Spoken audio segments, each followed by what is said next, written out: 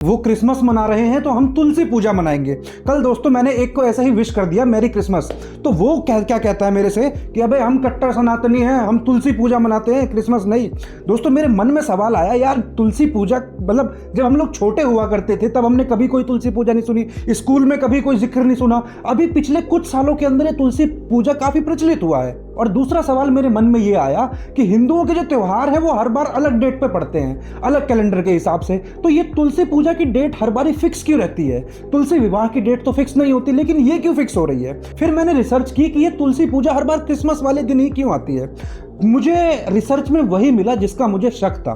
दोस्तों तुलसी पूजा पहली बार जो थी वो 2014 में बनाई गई थी और इसकी शुरुआत करी थी आसाराम बापू ने। किसने? आसाराम बापू ने, क्रिसमस के अल्टरनेटिव के तौर पर। इसीलिए हमने इसको बचपन में कभी सुना नहीं और इसी के बाद से हिंदू संगठनों ने इसको प्रमोट करना शुरू कर दिया। आपने देखा होगा कि आपने बचपन में नहीं सुना होगा, लेकिन व्हाट्सएप मैसेजेस आने लगे हैं पिछले 5, 6 साल, 10 साल से कि अगर तुम तुलसी पूजा नहीं करते हो तो तुम क्रिश्चियन बनना चाहते हो, तुम क्रिसमस मना रहे हो, तुम हिंदू नहीं हो।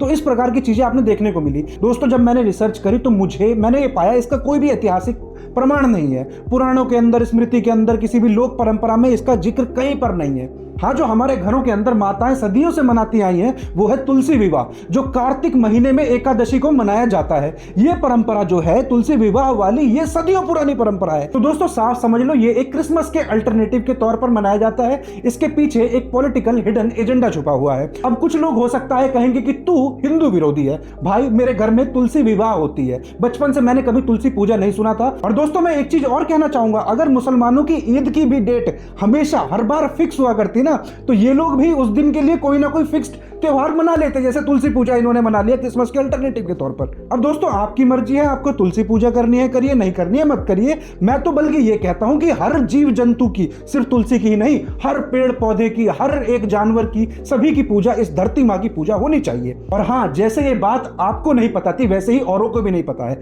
इसीलिए इसको शेयर कर देना।